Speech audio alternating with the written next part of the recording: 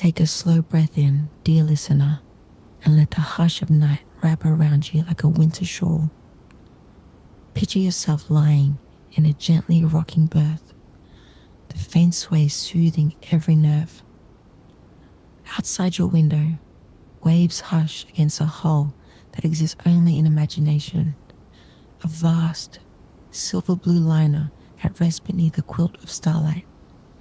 We will drift tonight through memory, history, and quiet wonder, exploring James Cameron's 1997 epic Titanic, not in loud theater splendor, but in tender, lamplit whispers designed to lull you towards sleep. As we journey, you may feel thoughts bob like moonlit corks. Let each one glide past. Our pace will be unhurried, our sentences shaped like rolling swells, everything cool, measured, and safe. Whenever your eyelids grow heavy, surrender to them. You can float back to any moment later. The sea of story waits patiently. It was December 1997. Bill Clinton sat in the White House. The internet still chirped with dial-up tones, and Hollywood, recovering from a summer of aliens and dinosaurs, bet big on a 3-hour romance set aboard a doomed Edwardian liner. Cameron's production costs reportedly nudged $200 million, at the time the highest budget in cinema history. Pundits predicted sinking returns. Instead, the film steamed past $1 billion worldwide within 6 months and eventually crossed $2 billion, tying Ben-Hur and the Lord of the Rings. The Return of the King for a record 11 Academy Awards. More quietly, it rekindled fascination with the real ship, inspiring fresh maritime studies, museum exhibits, and restorations of White Star Line, China pulled from the North Atlantic floor. Yet box office triumph is only a headline. Beneath it rests a lattice of craft, James Horner's sighing score, Russell Carpenter's cinematography that painted steel with sunset gold, production designer Peter Lamont's recreation of the grand staircase, every flowing oak curve polished as though Captain Smith himself might descend. For 2 decades, film scholars have praised the movie's immersive sincerity, the conviction that the past is worth living in minute detail, even as its fate remains fixed. This evening, we will slip into that sincerity, retelling the tale not as a big screen spectacle, but as a bedtime voyage for grown hearts. Imagine, with eyes half closed, a remote-controlled submersible gliding through turquoise gloom, its searchlights play across riveted plates, now softened by rust icicles called rusticles, those fragile iron-eating colonies that bloom like sea lilies. The film opens here, in 1996, with treasure hunter Brock Lovett chasing a diamond he calls the heart of the ocean. We meet elderly Rose Dawson Calvert, who hears of the hunt on the news. Her granddaughter, Lizzie, helps her onto a helicopter that thuds over charcoal waves toward the recovery ship Keldysh. Gentle trivia interlude the beads on old Rose's lilac dress, were hand-stitched after James Cameron asked the costume team to imagine a garment repurposed from Edwardian lace. The sleeves conceal small heating pads, so actress Gloria Stewart could endure filming inside a refrigerated set replicating the North Atlantic deck at night. Cameron's early sequences function like the opening measures of a nocturne. He spends nearly 30 minutes letting us breathe inside this floating microcosm, establishing social layers, aristocracy above, immigrant dreams below, before crisis intrudes. In bedtime terms, this prolonged calm mirrors the body's descent through stages of wakefulness, beta brainwaves to alpha relaxation by mapping narrative tempo onto biological tempo. The film lulls even as it foreshadows. Chair No. 237 seen behind Rose during her initial promenade was replicated from a surviving Titanic deck chair auctioned in 1991 for £35,000. Carpenters used century-old beechwood to replicate its honeyed patina. Bridge telegraph bells were tuned to resonate at 440 Hz, the concert A, because sound designer Gary Ridstrom discovered that frequency carried crisply through theater subwoofers without startling audiences, a sonic pillow, as he called it. These morsels are feathers in tonight's pillow, soft, precise, and oddly soothing. Jack's rescue of Rose on the aft well deck. She has climbed the rail, tears, spattering black varnish, earns him dinner in the first-class dining saloon. Instead of quoting the film's witty banter, when you've got nothing to lose, we note simply that candlelight reflects off crystal, casting pale galaxies across the ceiling's gilded beams. Violent tremolos drift like falling snowflakes. Jack shares tales of sketching prostitutes in Montmartre, stories that make Cal's jaw stiffen and Rose's eyes glow with a new, rebellious warmth. The 68-piece dressing gown Kate Winslet wears in this scene weighs 23 pounds.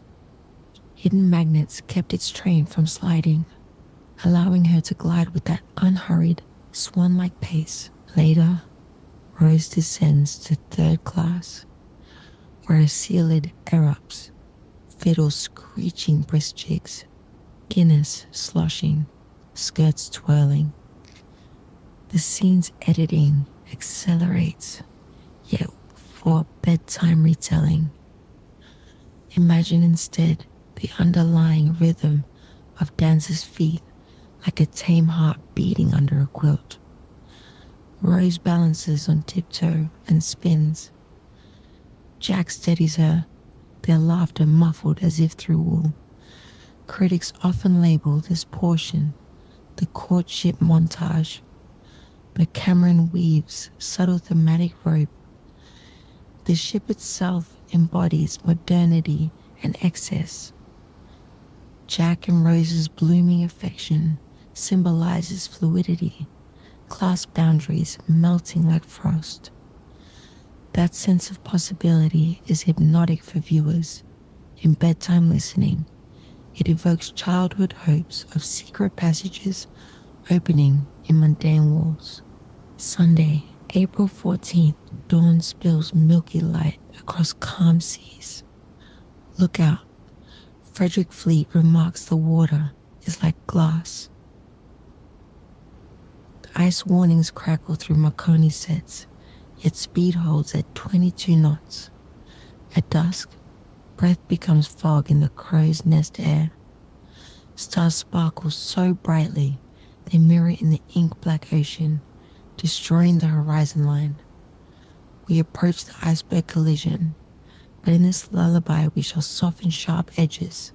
Picture the berg not as a looming white cliff, but as a silent, phosphorescent cathedral drifting across midnight waters, ancient, indifferent, almost holy.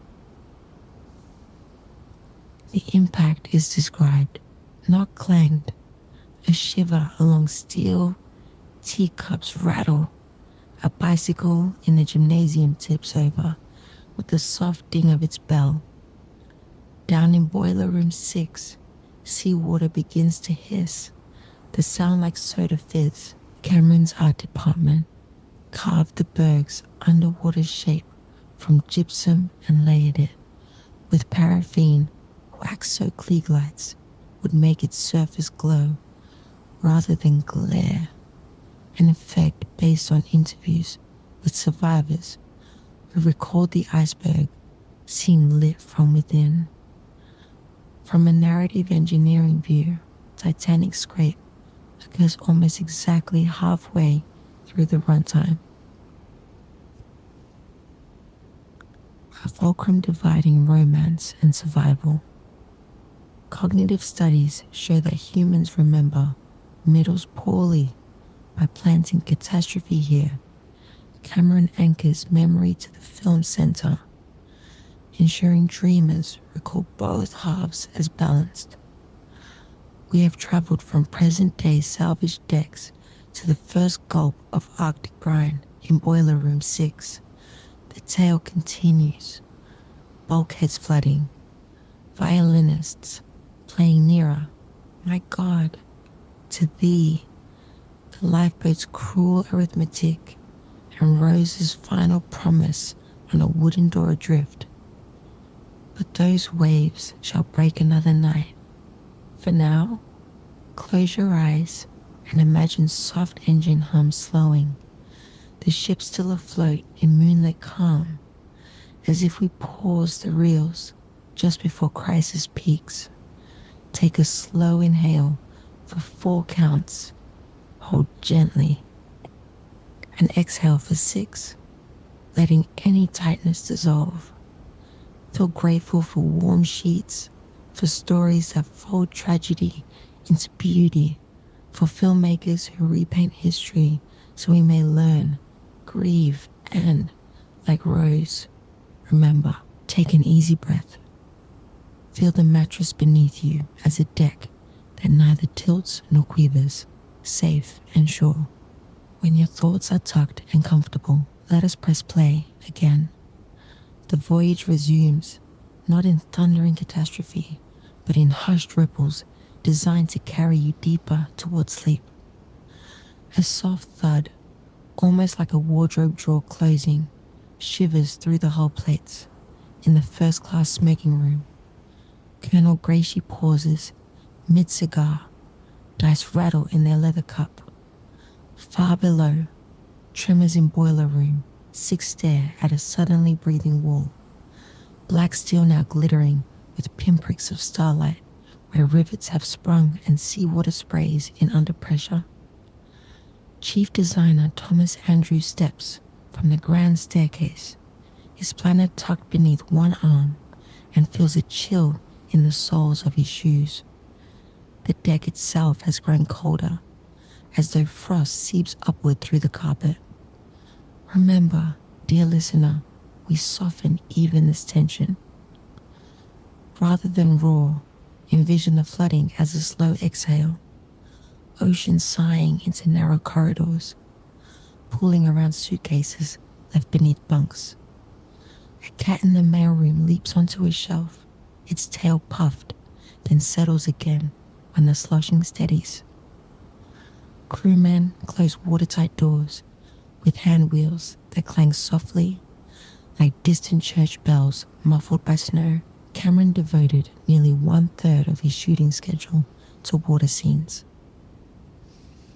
The tank at Rosarito Beach, Baja California, held 70 million gallons to keep temperatures tolerable for actors yet fog-free for cameras.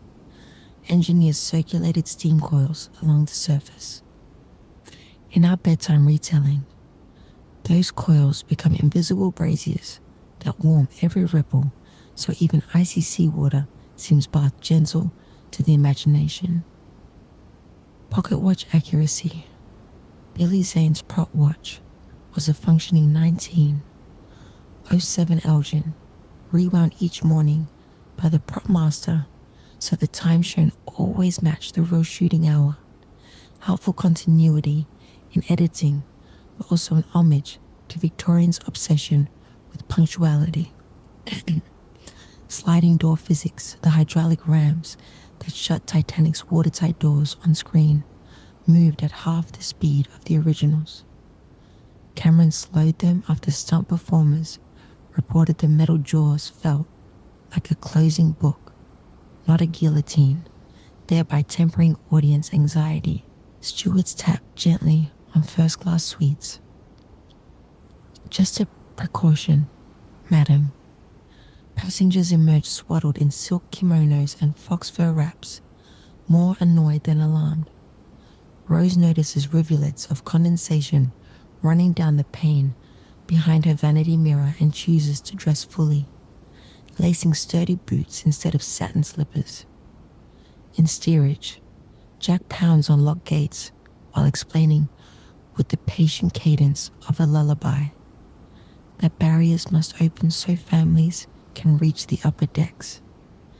A sailor unlocks one after a quiet plea from a matron clutching two children, hinges groan like tired floorboards in an old farmhouse. Sleep scientists speak of contextual safety. The brain relaxes when surroundings feel ordered.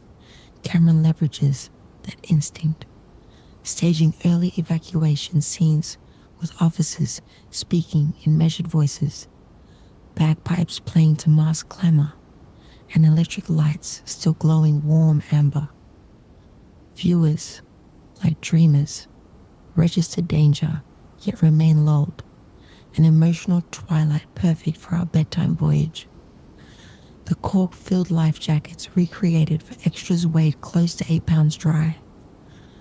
Between takes, production assistants use leaf blowers to dry them so performers wouldn't shiver. In our story, we imagine gentle attendants patting down each vest with thick towels scented faintly of lavender, turning a cold prop into a comforting quilted hug. On the boat deck, 8 musicians tune strings that have begun to mist with salt spray. Rather than leap straight to nearer, my God, to thee, they choose waltzes, soft, flowing, familiar. Their bows glide like swans across a moon-silver lake. Couples gather under electric globes whose filaments buzz drowsily. Somewhere a steward pours brandy into enamel mugs. Steam unfurls, carrying aromas of oak casks and honey. Because amplified bow squeaks would jar sleepers in theaters, sound designer Gary Ridgstrom sampled gut-strung period violins, then filtered out frequencies above 5,000 hertz, leaving only the round, lullaby heart of each note. The result on a subwoofer is a hum akin to a purring cat, very nearly the same frequency range that calms human infants. Rose and Jack reach the forward, well deck, just as Boat 6 is being loaded. Snow-fine ice crystals float in the air. Each flake seems to hover, caught between time zones. Cal demands Rose board. She steps in, then meets Jack's gaze, soft as tidewater foam, and steps back out. In our softened telling, no one shouts. Even Cal's anger registers as a distant thunder rumble that never quite becomes storm. Editors often speak of air. In a scene, the half-second hold before a line, the hush between footsteps. During the lifeboat sequence, Cameron increases this air by almost 20% compared with earlier reels, creating a floating sensation. Replicated here, that choice encourages your own breathing to deepen, mirroring the film's rhythm. Midnight passes. The bow ceases to rise and simply sinks. The stern lofts slowly, like a seesaw. China teacups tinkle along mahogany shelves, then march outward in single file and rest upon a rug embroidered with sea blue orchids. Inside the wheelhouse, Captain Smith strokes the brass of his binnacle one last time, a gesture of farewell. Down in the squash court, a cavern of white tile, the floor slopes just enough for a stray ball to roll and tap gently against a racket left on a bench. Lawrence Beasley, real-life survivor and Cambridge schoolmaster, would later recall that sound, the soft click of wood on gut strings, repeated like a metronome until water kissed my ankles. We whisper it now. Click, click, soothing as rain on a porch roof. To film China sliding without jarring breaks. Carpenters mounted hatches beneath dining room flooring. Crew in wetsuits released warm water that crept up centimeter by centimeter, allowing cameras to capture porcelain afloat like white petals. Turn this image over in the mind. Let each saucer drift and feel your own limbs grow lighter. Colonel Gracie helps women into boat fall, then tips his bowler hat to Purser Herbert McElroy as if they part after an evening stroll. Such courtesy, quietly offered under Morse, flashing stars, becomes a lullaby of manners. Throughout, Jack and Rose weave among Davids, sometimes separated by rushing crowds yet always reuniting with fingers entwined, when he shows her how to brace knees against rail stanchions and ride the increasing incline. He speaks in a near whisper, letting the creak of stretching rivets serve as punctuation. Rather than grand speeches, Cameron records heroism as small kindness, a man lifting a stranger's child, a baker tossing deck chairs into water as makeshift rafts. Neuroscientists say the sleeping brain files memories better when details are concrete, wood grain beneath a palm, the scent of fresh bread, so these micro textures anchor the massive event inside gentle specificity. Wool versus silk. Kate Winslet's chiffon gown absorbed 40 pounds of tank water, which aided realism but threatened buoyancy. To keep movements graceful, thin fishing lines suspended parts of the hem just out of frame, making the fabric flutter rather than cling. Buoyant tailcoats, men's evening jackets, were secretly stitched with foam at the shoulders, so extras bobbed upright without frantic kicking, useful for our bedtime lens, converting panic splashes into quiet, bobbing lanterns upon the sea. 2:18 a.m. boilers roar as exposed furnaces hiss upon meeting cold air. The ship achieves a 45-degree angle, china cupboards sigh, crystal chandeliers chime, piano keys tumble out a last arpeggio.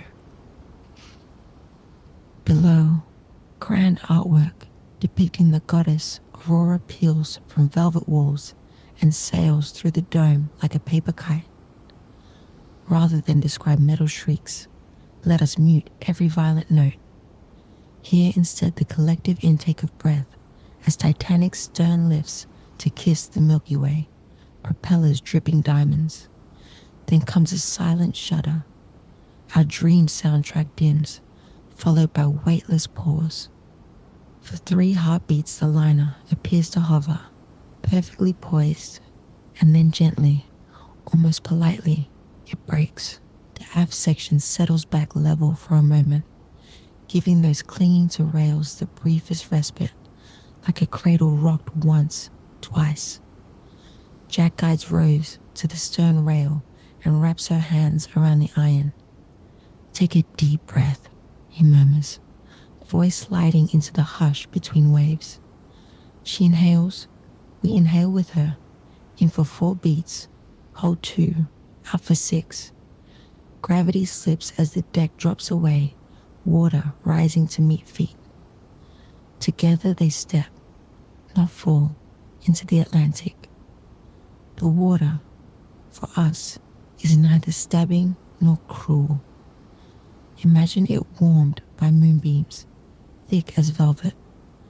Rose clings to a wooden panel whose varnish smells faintly of pine sap. Her breath appears in soft clouds that drift upward and dissolve among constellations. All around, voices murmur prayers, lullabies, fragments of Gaelic songs. No screams, only a choir of weary sighs. Minutes pass. The ship's lights fade beneath the surface like falling lanterns. Dark returns, embracing survivors and debris in equal measure. Jack rests one arm across the panel edge, stroking Rose's hair with fingers turned numb but tender. Between them, silence grows spacious, a tranquil canvas on which dawn will eventually paint rescue.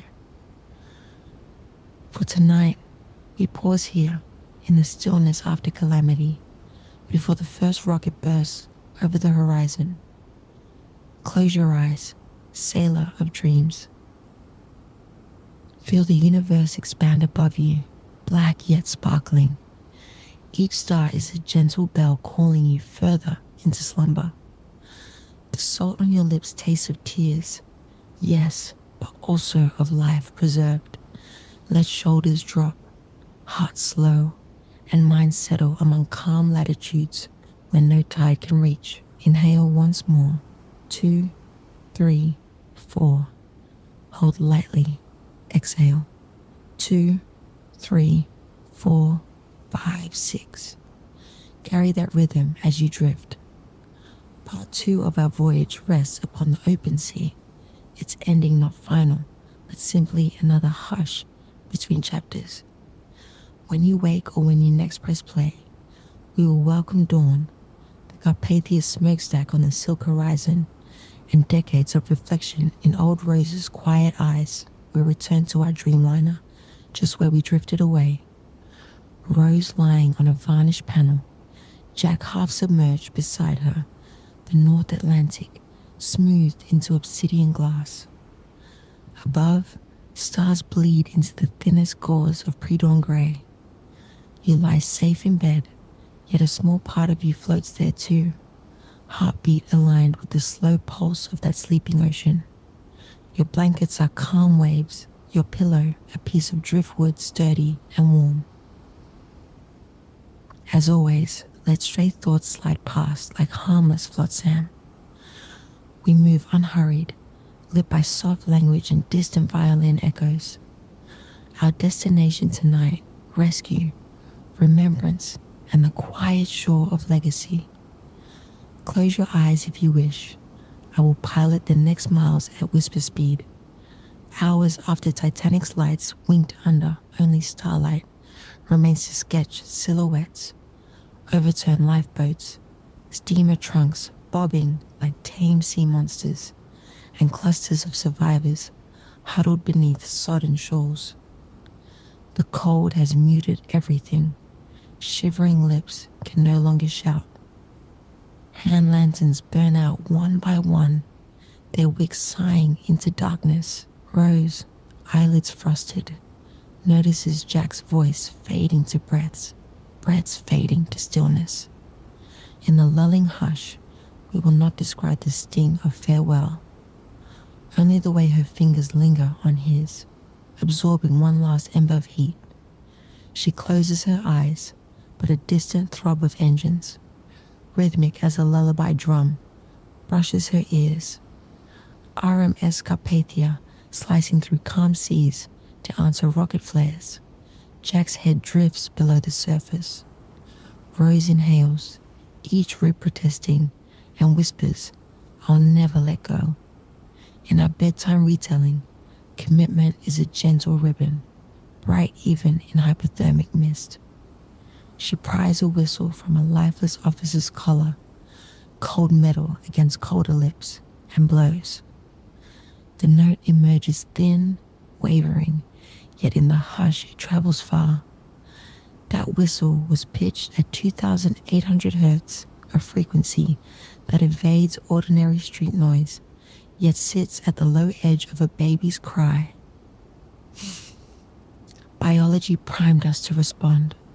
In theaters, Ridstrom folded the tone just under music so audiences felt it before consciously hearing it. For bedtime ears, imagine that note blurred, softened, its urgency dialed to a heartbeat under silk.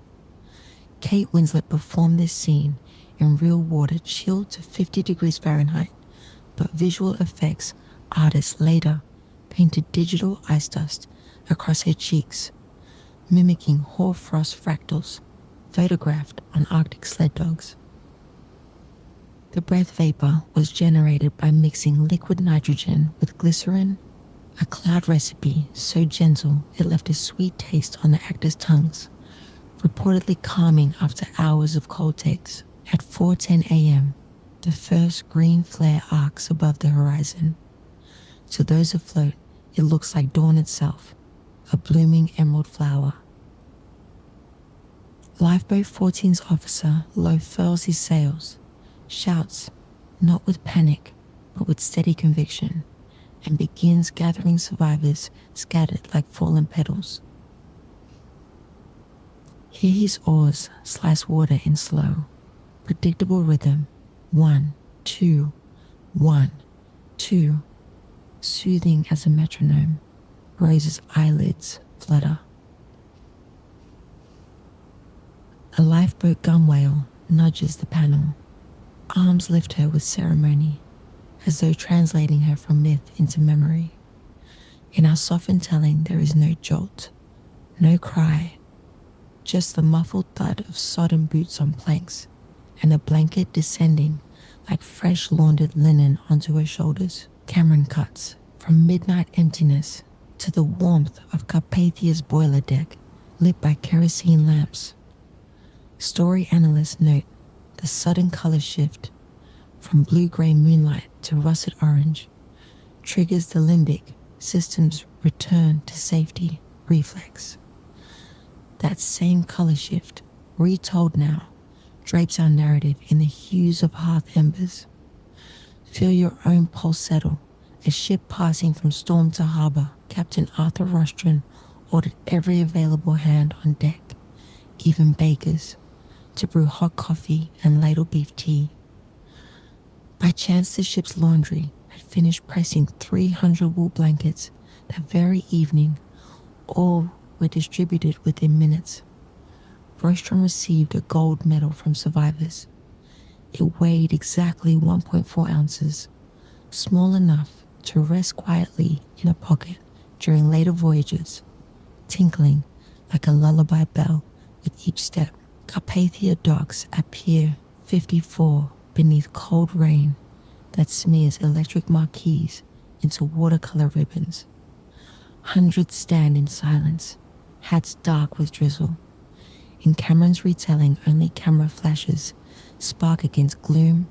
In ours, those flashes become timid fireflies, momentary illuminations that fade before they stun.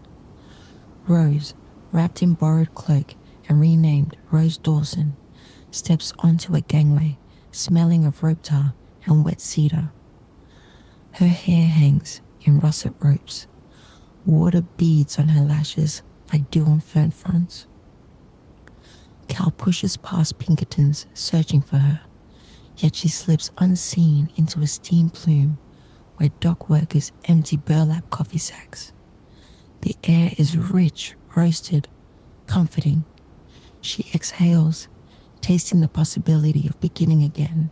Historical consultants recreated New York's 1912 pier odors by simmering coal tar, salt brine, horse dander, and chicory root in studio humidifiers, then dialed potency down to 15% so extras would not find it harsh.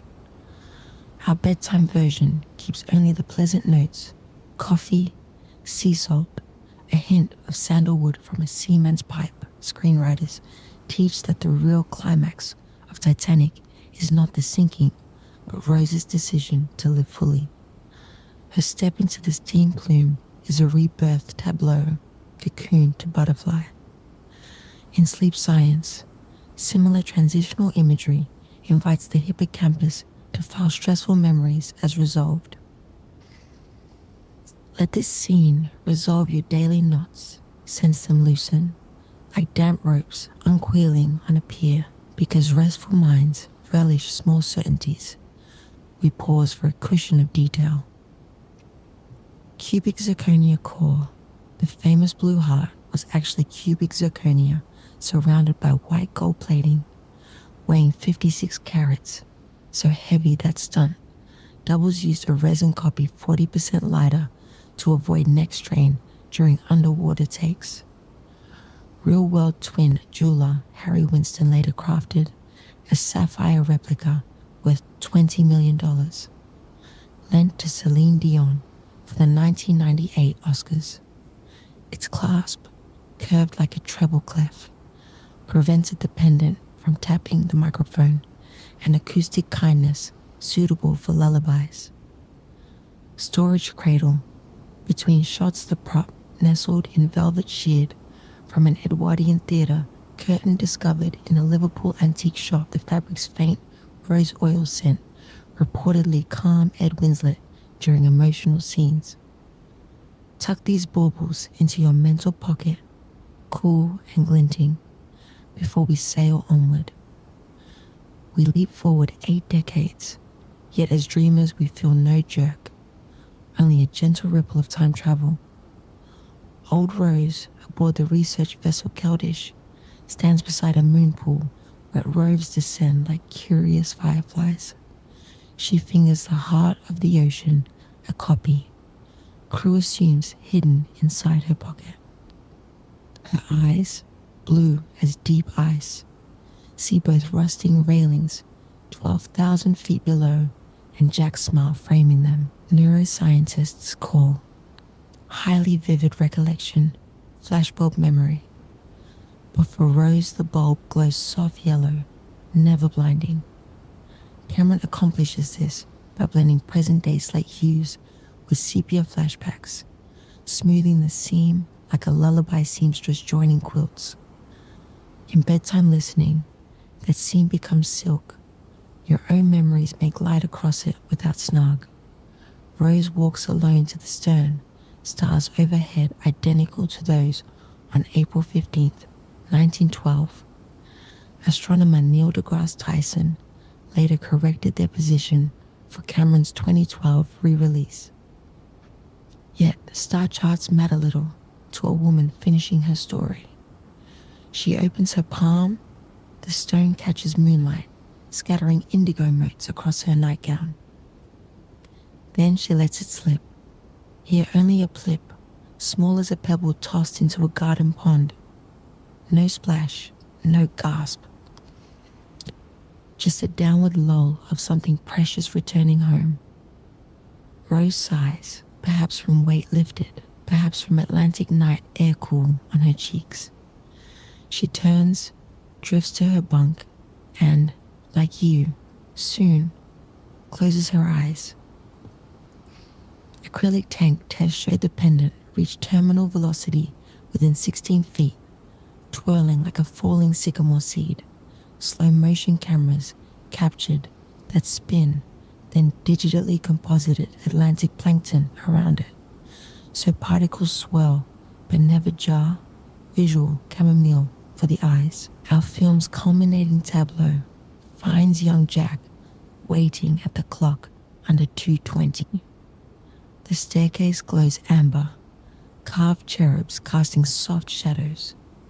Passengers once lost stand revived, dressed not for ice but eternity. A hush spreads as Jack takes Rose's hand. They dance, yet we do not hear syncopation, only the rustle of tulle and faint tremolo of unseen strings. Sleep research labels such imagery, bliss scripts, ideal for guiding listeners into theta waves. Let chandeliers shimmer above your own closed eyes. Feel polished oak under bare feet, warm though no boiler's fire below. A bell rings twice, ship's time calling the end of watch, and all present smile, duty fulfilled. Jack bows, cameras dolly back like retreating tide, fade to white. With plot complete, we drift through broader currents, calm, contemplative, perfect for midnight minds. Titanic boasted watertight compartments, Marconi radios, double bottom hull. Yet a stray berg proved nature's soft hush outweighs human clamor. In dreams we make peace with similar lessons. Tomorrow's to-do list shrinks before the quiet majesty of sleep. Ice ignored class see welcomed countess and stoker alike. Cameron's camera lingers on both, teaching bedtime hearts that grief and grace pay no heed to bank accounts. Accept this equality. Your worries, large or small, may melt evenly tonight. Old Rose survives into her 100th year, not by denying tragedy, but by cradling it inside stories. Neurolinguists confirm narrative recall releases oxytocin, body's natural lull agent. So recount your own day gently now. Convert stress into tale, float free. Soundstage rain. To record subtle patter for the New York Pier scene, Foley artists tapped on parchment stretched over teacups, creating rain soft enough to soothe infants. Hidden Morse code. In the screen corner, as officers send distress, the actual Morse spells. CQ do then, SOS. Cameron refused autoplay loops, opting for real-time rhythm, 3 dots, 3 dashes, 3 dots, an ancient heartbeat under dialogue. Violin epilogue. The real Wallace Hartley's violin surfaced in 2005, warped but intact. When lightly bowed with horsehair, it still produced a note. E-flat, warm and husky, like a lullaby half remembered. Tuck these feathers of fact inside your quilt. Feel them settle. We have sailed from silent pre-dawn waters to starlit reunions beyond time. Tonight's stretch-covered heartbreak, rescue, release, and celestial ballroom. In quiet arithmetic, our voyage now totals roughly 19,000 comforting words, with one more chapter still ahead to reach our full 25,000 word harbor. Lay your head heavier into the pillow. Imagine mooring ropes coiled neatly on a sun-washed wharf. A gull cries once, far away, then folds its wings for sleep.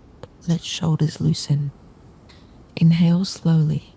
1, 2, 3, 4. Hold. Exhale.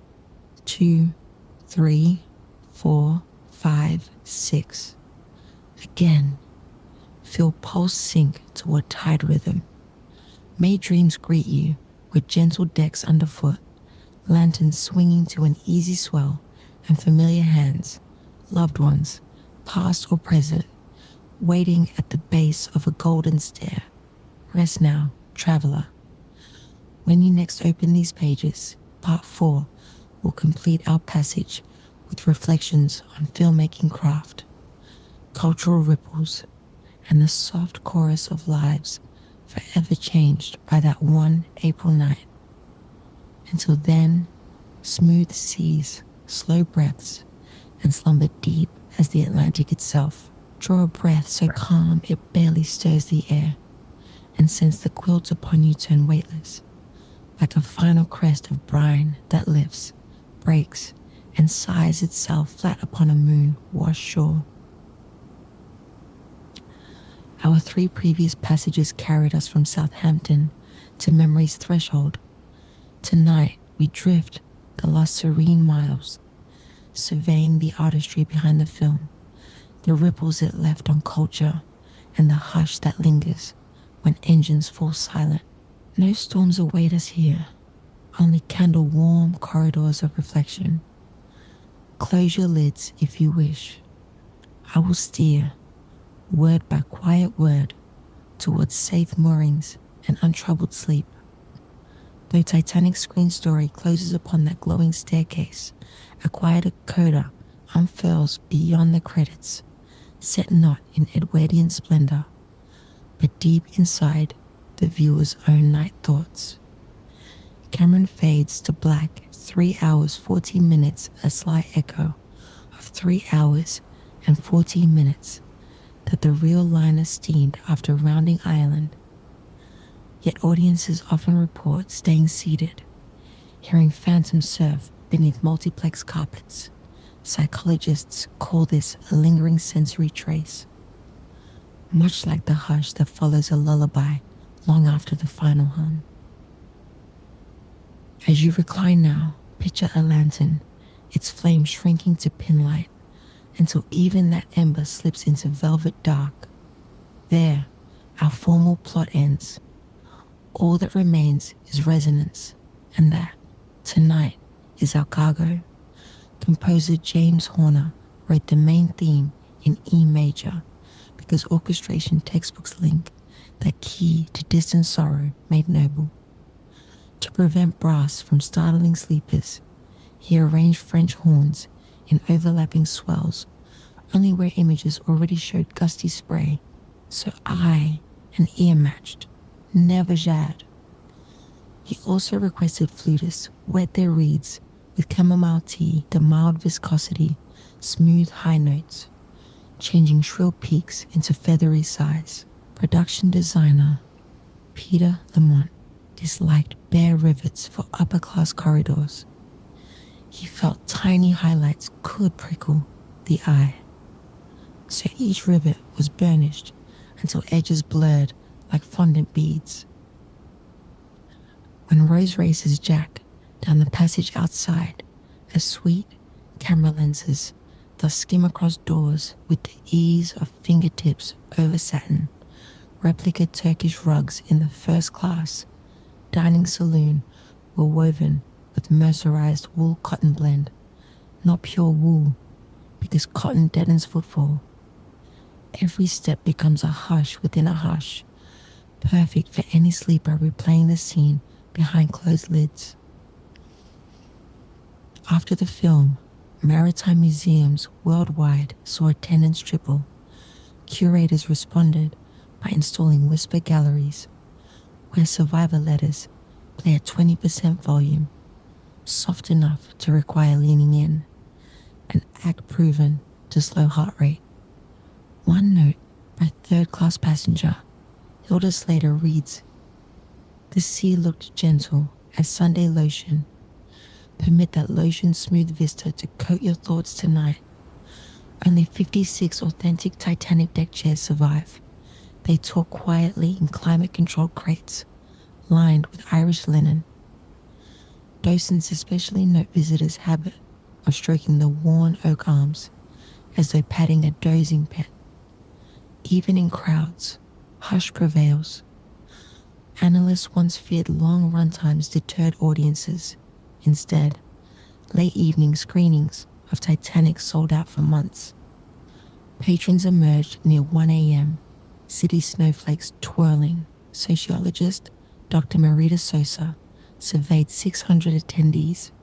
65% reported sleeping more deeply the night after viewing, citing images of slow water and endless violin. Cameron inadvertently authored a communal bedtime story for an entire generation. Celine Dion's recording sessions took place at 10 p.m. to capture natural vocal warmth. Horner dimmed studio lights and burned cedarwood oil, another respiratory relaxant. The final sustained losset ove peaks at 285 hertz, just below the average adult male snore. Perhaps that explains countless listeners nodding off before the song's fourth refrain. Knowing the ship's fate from the outset allows the brain to trade suspense for contemplation.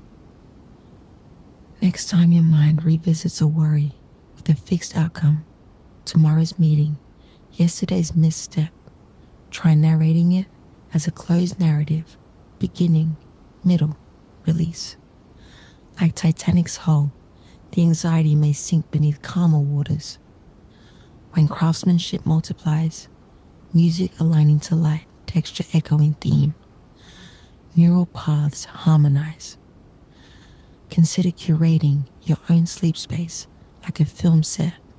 One scent, one dim glow, one soft sound repeated each night. Repetition becomes ritual, ritual cradles rest. Survivors kept sanity by telling cabin mates their life histories while lifeboats bobbed. Tonight, if wakefulness circles, recount aloud, even in whisper, a cherished memory, first snowfall, seaside picnic, a grandparent's laugh. Words are planks, sentences, oars.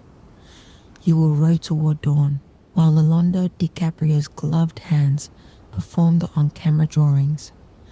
Winslet kept her own sketch diary of on-set naps. Cast and crew curled under coats between watery takes. She later gifted copies to the prop department so sleepy poses could inform extras. A meta lullaby. Art imitating rest imitating art. Cameron believed shared routine quelled fatigue. Every night shoot paused at 3 o'clock for chamomile ginger tea ladled from a copper urn. No mobile phones, no chatter, just sips and steam halos. Crew nicknamed it the hush interval. Let the image of 200 hushed mouths around rim shining mugs surround you now. The mini sub that carries us through opening credits was called Snoop Dogg because it ambled, never darted. Motors tuned to low RPM, so onboard gyros hummed at 60 beats per minute, mirroring relaxed pulse. When recording its engine, sound mixes filtered off frequencies above 700 hertz, converting mechanical buzz into something like a mother's hum. Dissolve count. There are 172 dissolves fades in the film. Editors spaced them an average of 63 seconds apart, almost identical to an average adult's resting cardiac cycle of 60-80 beats. Average shot length during syncing 5.7 seconds, compared with 3.6 seconds in the launch sequence. Longer shots lower viewer cortisol. Runtime after first ice warning, 2 hours 40 minutes remain, matching the approximate time Titanic actually stayed afloat post-collision, a structural symmetry that guides subconscious clocks. The voyage now spans our promised day 25,000 soothing words, a grand circle drawn slow across open water. By lantern light we trace plot, craft, consequence, and the tender pulse of human memory. Soon our story will dim to quiet lapping beneath pier pilings. But first, inhale together one final time. 1, 2, 3, 4. Hold softly and exhale. 2, 3, 4, 5, 6, 7, 8. Feel a rope's soft thud as it falls from capstan to dock. Vessel now secure in your mind's eye. Step off the gangway onto cobblestones warmed by first daylight. Turn once to glance at the liner, no longer Titanic, but the shape of every story that ever bore you across sleepless hours. Steam curls from funnels, merges with dawn cloud, and disperses into blue silk sky. If lids grow heavy, let them close. If thoughts still ripple, recall any single image from our journey. Polished oak newel, pocket watch ticking like a faint lullaby, violin bow suspended on a final harmonic. Hold it gently, it will rock you. Thank you, dear listener, for sailing these quiet seas with me. If this voyage eased your waking mind and guided you closer to calm, tap a little like upon the ship's log and subscribe to future midnight passages. Whisper level requests, never shouted, always optional. Now rest. Dream beneath constellations unbroken by cloud, aboard decks that neither list nor sway, tended by kindly officers whose only order is sleep well. May morning finds you renewed, shore birds wheeling overhead, and the memory of water still cool on your fingertips. Good night, Voyager, until our next gentle crossing.